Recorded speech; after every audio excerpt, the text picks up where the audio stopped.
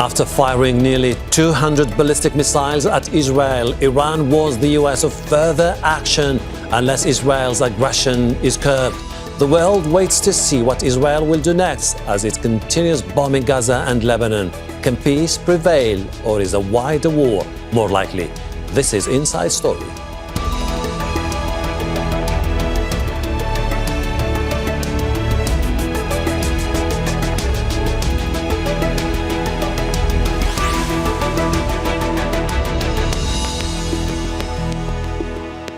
Hello, welcome to the program. I'm Hashem Ahelbarra. Iran fired almost 200 missiles at Israel. A big mistake for which Tehran will pay, says Israeli Prime Minister Benjamin Netanyahu. Iran and the US don't have diplomatic relations, but Iranian sources have told Al Jazeera that a message has been sent to Washington. In it, Iran says the period of what it called unilateral self-restraint has ended, and that any more Israeli attacks will be met with what it terms an unconventional response, including the targeting of infrastructure. In the message, Iran stressed it does not want a regional war, but says Israel and what it calls its unbridled madness must be curbed. So what's next? Is Netanyahu trying to provoke Iran into war, which would then involve the US and Western allies in a wider conflict? What is Iran's strategy and its military capability? Can a path to peace be found, or are we already on the road to a wider war? We'll speak to our guests in a few moments, but first, this report from Sarah Gill. On Tuesday, Iran attacked Israel. Balls of fire lit up the night sky above Tel Aviv. Tehran says it was in response to the assassinations of Hezbollah leader Hassan Nasrallah and Hamas political chief Ismail Haniyeh. But Iran has reiterated both indirectly to the US and on an official state visit to Qatar that it does not want a regional war. We are not in pursuit of war with Israel. They promised us peace, but Israel has terrorized our guests in Tehran during our presidential inauguration. We want to establish peace. If you disagree, peace will not be established. There are no such calls from Prime Minister Benjamin Netanyahu, who's painted Iran as Israel's #1 enemy throughout his entire political career. Just a week ago, he told the UN Iran was building ballistic missiles to threaten the entire world. Tehran denies its nuclear program is for military purposes. Netanyahu also says Israel is ready to attack again. I have a message for the tyrants of Tehran. If you strike us, we will strike you. There is no place in Iran that the long arm of Israel cannot reach. And that's true of the entire Middle East. In nearly a year of war in Gaza, the Israeli military has killed more than 41,000 Palestinians, most of them women and children. And in Lebanon, Israeli air raids have displaced more than 1 million people. That's almost 20% of the population in a matter of weeks. The head of the UN says Israel's actions risk engulfing the region in a wider war involving international powers. The raging fires in the Middle East are fast becoming an inferno. It's high time to stop the sickening cycle of escalation after escalation that is leading the people of the Middle East straight over the cliff. US and European nations continue to supply weapons to Israel, even as they call for a ceasefire in Lebanon and Gaza. And despite the pleas of the UN, there is no sign of an end to this cycle of intensifying violence. Sarah Gill, Al Jazeera, for Inside Story.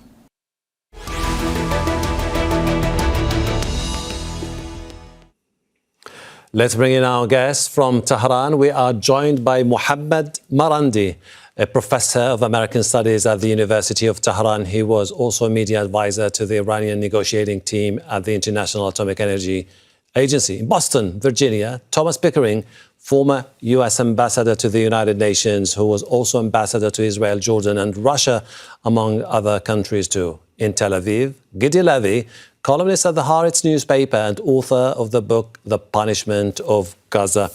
Thank you for joining us. Mohammad, what is the general feeling in Tehran? Is it that the Iranians believe they are on the verge of a war with Israel? It is quite possible. Today, Ayatollah Khamenei led the Friday prayers, and I think this was perhaps the largest gathering of people that I've ever seen in Tehran, even though there were lots of online chatter about the Israeli regime striking the ceremony and the prayers. But we saw millions of people participate, and he was very strong and firm about what Iran will do. If the Israeli regime strikes Iran, if it escalates, Iran will strike much harder next time round. What we saw a few days ago was just the tip of the iceberg.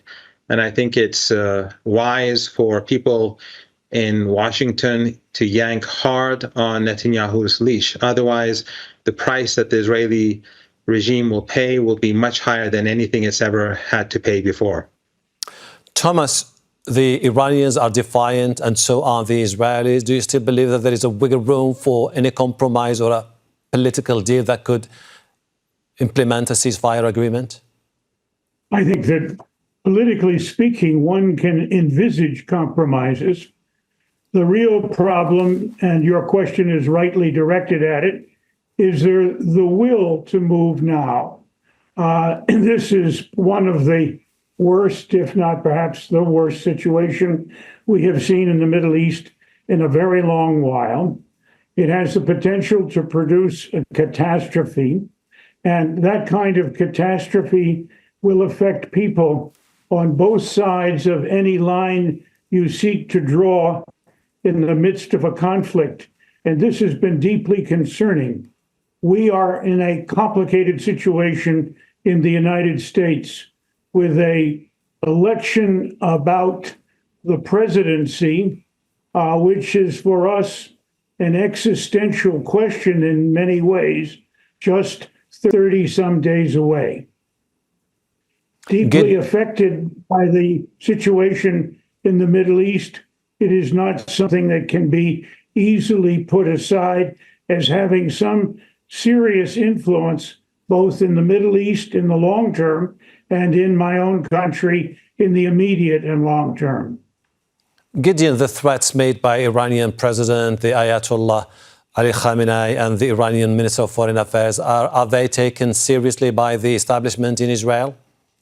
Yes, absolutely. Nobody can not take them seriously because the situation is very, very serious.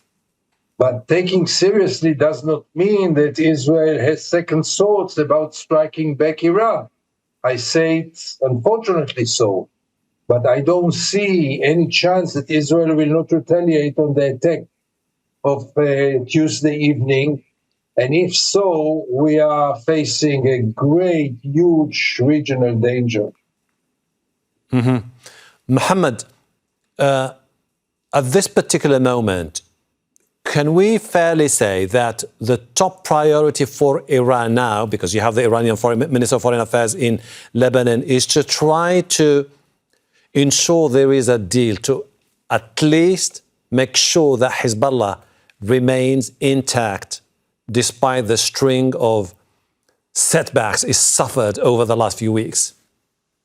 Have no doubt that Hezbollah is very powerful, and that it is probably more powerful today than it was a couple of weeks ago. And this is not empty words. The Israeli regime murdered a few senior officials, military officials, but there are younger officers and hundreds of thousands of combatants ready. They have thousands of kilometers of tunnels across the south and central Lebanon and even in the north, and all of their strategic assets are untouched. Sayyid Hassan Nasrallah was a towering figure, but I think what they've done to him has made people more angry and more determined. As you probably know, I went to Beirut the day after the shock and awe airstrikes in the south and the east, the day before Sayyid Hassan was murdered. And I've been there for a week. The resilience among the resistance and the supporters of the resistance is extraordinary. And the Israeli regime, I think, has miscalculated, but in their right now, or they've been drunk for a few days, but then the Iranian retaliation, I think, made them a bit more sober, and the defeats that they've had to witness on the border with Lebanon over the last few days, I think will make them even more sober. But as your guest rightly pointed out, the regime in Tel Aviv is probably going to continue to escalate because this is not about the Israeli population. This is about Netanyahu and the people around him who need to remain in power. And he wants to get the United States involved. Otherwise, he has lost in Gaza. He has lost in Lebanon, on the border with Lebanon, and he's going to lose with Iran, and he's lost in the Red Sea. But the ceasefire conditions that Iran will accept and Hezbollah will accept are the ceasefire conditions that Hamas will accept. The Israeli regime has to accept a ceasefire for Gaza that is acceptable to Hamas and the resistance, and other than that, nothing will be accepted. Thomas, if the Israelis hit back, then the Iranians may retaliate, and then we might end up in this unstoppable cycle of tit for tat. Where does it leave the region? Leaves the region in a continuation on a broader basis of the kind of carnage and destruction that we have seen over the last year since October 7th in Gaza. It also threatens the totality of world tranquility in a very broad way. Talk is already circulating about the choice of targets in Iran, whether it would be the nuclear facilities, the oil production facilities, or the missile production facilities, or some combination. None of those, in my view, seems to be capable of affecting the increase in deterrence that seems to be regarded as the important focus of these particular issues, without creating a new element of risk of continued cascading attacks and re-attacks, if we can phrase it that way, that lead to a out of control situation. And this should be nobody's desire and nobody's analysis in a clear thinking way of how to proceed. We are getting, if not to the edge of the impossible cliff, we are very close. Gideon, if you look at the timeline, so you have October the 7th attacks, a key defining moment for the Israelis. You have April attacks when the Iranians fired some 300 missiles and drones at Israel after the strike that killed several Iranian generals in Damascus. And then you have, a few days ago, the ballistic missiles that targeted Israel. Now, when the Israelis are contemplating their response, what is the key issue for them? Is to cripple Iran or to ensure that whatever they have to do won't result in a massive response from the Iranians that could just drag the region into chaos? It could be both. I think that Netanyahu and his government sees now a great opportunity after what they perceive as a great success in Gaza and a great success with Hezbollah soon.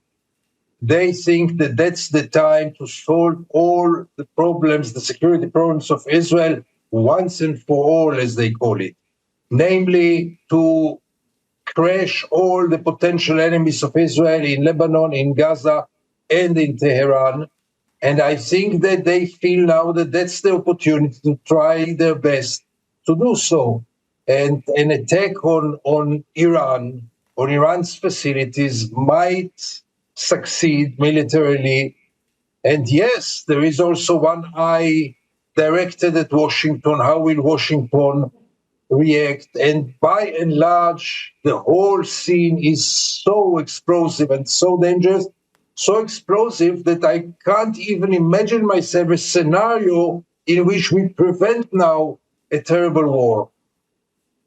Mohammad, if you look at what's next, particularly when it comes to Iran, Do you think that the response of the Israelis were redefine in a way or another Iran's relations with its key allies, particularly Hezbollah in Lebanon and the Houthis, for example, in Yemen? Do you see that being redefined by the highest establishment in Iran?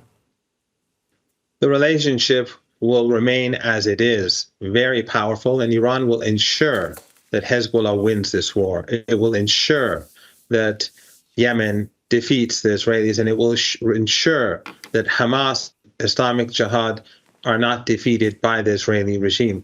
I don't mean to sound very tough, but I really need everyone to recognize what's happening, your audience.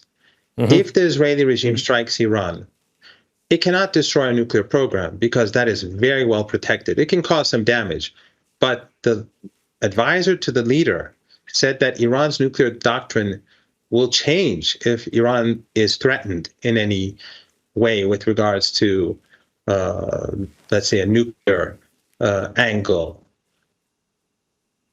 The Israelis cannot destroy Iran's missile program because that is deep underground. It can hit economic targets and do some damage. But Iran has gone through 8 years of war with Saddam Hussein and maximum pressure sanctions. Iran, on the other hand, will strike Israel so hard with thousands of missiles. Iran has hundreds of thousands of missiles. They've prepared underground cities across the country for a war with the United States, not with Israel. Israel is a puny regime. And these underground missile and drone cities the Americans cannot destroy them, let alone Israel.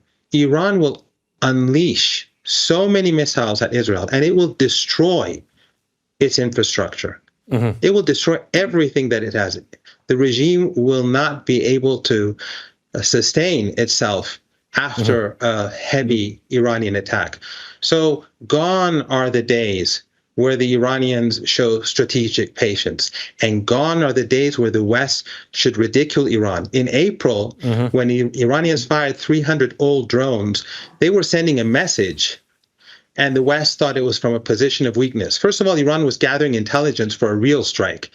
They sent 300 drones and a few missiles, older missiles, and a few newer missiles to test the defenses and to see what the Americans, because most of the real defense is American, surface to air defense. And they spent billions of dollars shooting down the drones, which costed nothing for Iran.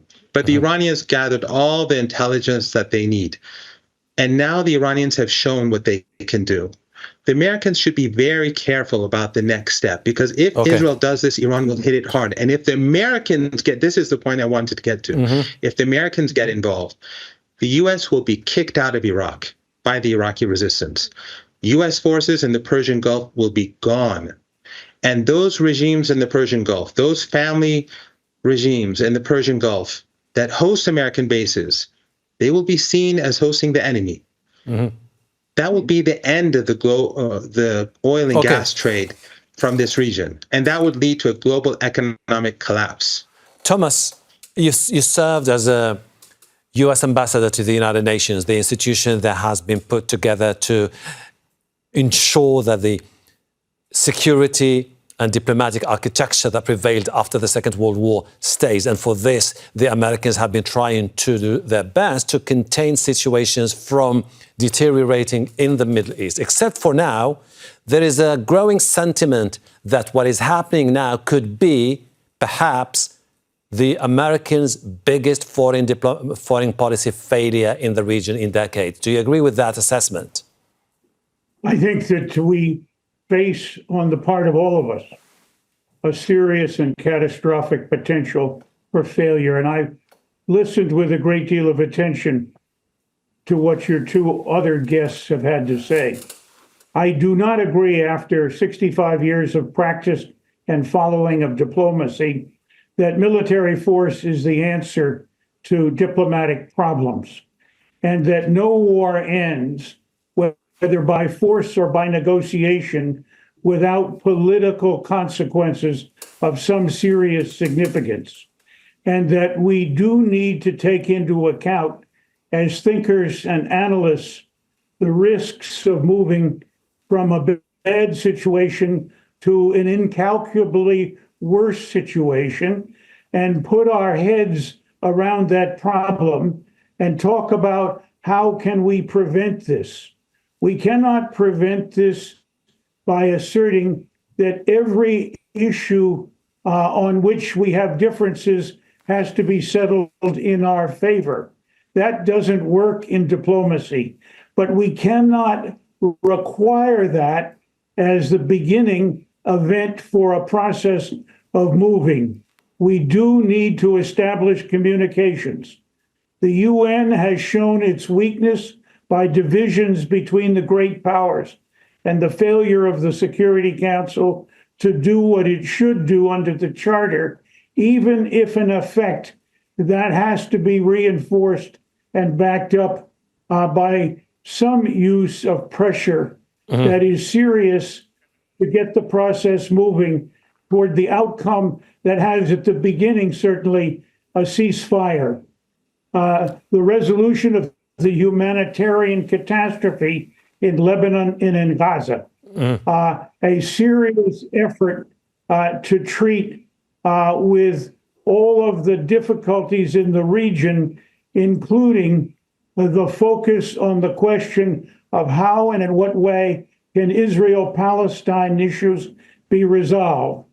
My humble opinion is the least worst solution is a two-state solution, even if everybody can figure out 1,000 ways that it cannot be achieved and will not be worked. And we have to work on the possible, not the magical. But we are in a magical phase, and magic leads us to self-destruction by the wizards of magic who happen to be ourselves. Okay. Gideon, among the Israelis, do they, the whole thing about a two-state solution, a peaceful agreement with the key players in the region, does it still resonate among the Israelis? Or do you think that now they believe that the Israeli army has to continue expanding its military operations in Yemen, in Lebanon, in Syria, in Iraq, if needs be, to ensure or at least to create a new political reality on the ground? The two-state solution is dead long time ago, in my view. But with 700,000 Jewish settlers, it cannot be implemented. And we have to realize it and to think about the alternative. But answering your question, I can tell you that any diplomatic solution, any peace, I mean, the word peace is not mentioned in Israel at all, but the whole diplomatic arrangement, the whole diplomatic solution is totally off the table in the Israeli discourse. Israel is preparing itself to the next war and the war after the next war. Israel, almost from wall to wall, is supporting the current war, or shall we call it wars, both in Gaza and in Lebanon, and God forbid also in Iran. Most of the Israelis, if not all of them, support it. Most of them don't believe in any kind of settlement, neither with Hezbollah nor with Hamas, for sure not with Iran. And the only language they know right now is the language of war, of violence. Most of the Israelis feel that after the 7th of October, they have the right to do so and the duty to do so. And that's very, very dangerous, because so many times in the past, Israel went to this way, and so many times in the past, we missed opportunities and stayed with the same Sparta, with this state that lives on its sword from war to war, preparing itself for the next war and next war until it will break. And that's a real danger. And therefore, it is so disappointing to see that after 1 year in Gaza, in which Israel really achieved nothing, we are aiming at Lebanon now, and then maybe to Iran. Okay. And then what? And then what? Preparing for the next war after the next war? We have less than 2 minutes, so if you can give me just a few short answers, I would really appreciate. Mohammad, are the Iranians willing for a deal, even though the deal could be very painful for the people? Very briefly, please. No, Iran will not accept any deal other than one where the conditions of Hamas and the resistance in Gaza are accepted, and one where the conditions of Hezbollah are accepted. After the crimes committed by the Israeli regime, the Holocaust in Gaza, the genocidal attacks in Lebanon, it's clear that this regime and ethno-supremacism has absolutely no place in this region. The two-state solution never was real. It is dead. The most extreme Zionists are in the West Bank. And therefore, the only path forward is the dismantling of the Zionist regime, having a Palestinian state where Jews, Christians, and Muslims are equal human beings. There is no master race. There is no superior people. That era in this region is coming to an end, and the declining West cannot stop the will of the people. And many young Jews, fortunately, in the United States and elsewhere, are themselves showing the world that Zionism is not Judaism. Thomas, we keep talking the whole time about American leverage in the Middle East. Do you still believe there is a leverage here, or do you think that we are into a new mode of the elections, and therefore the Americans will not really be interested in getting themselves dragged into something bigger in the region? I'm acutely conscious of many who hold the theory of the decline of American influence, and I'm not naive to ignore its impact. I'm also acutely conscious of the fact that the choice of using American influence may have an existential influence on the outcome of our coming election, which for us, but for others perhaps, is not a total irrelevancy. And in one way or another might be the gateway toward the opening of more constructive influence than the pending election has permitted us to exert, despite the fact that many of us have seen change, enough change, and advocate change. Gideon, is Prime Minister Netanyahu in a much better position to pursue aggressive policies when it comes to dealing with Iran, Hezbollah, and other players in the region? Absolutely, yes. And when the United States is so passive and is not even considering to use the leverage that they have, he feels he is free to continue. I just want to say one word to our Iranian guest. If one state, it will not be a Palestinian state, it will be a secular democratic state. And really, I suggest let's stop this arrogant discourse, arrogant language. Both parties use it now. Both parties are sure they will win and they are stronger. Let's try a different discourse, because this discourse will bring both of us to hell. All right, gentlemen. Any state that accepts equal rights for everyone is fine, and that is acceptable to the people of the region. But superior people, that is the arrogance. Unfortunately, we'll have to leave it there.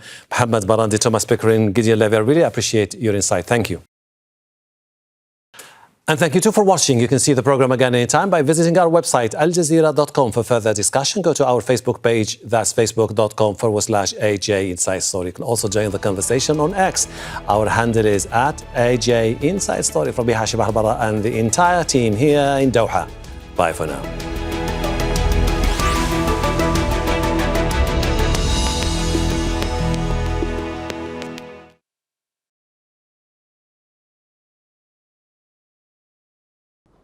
Make sure to subscribe to our channel to get the latest news from Al Jazeera.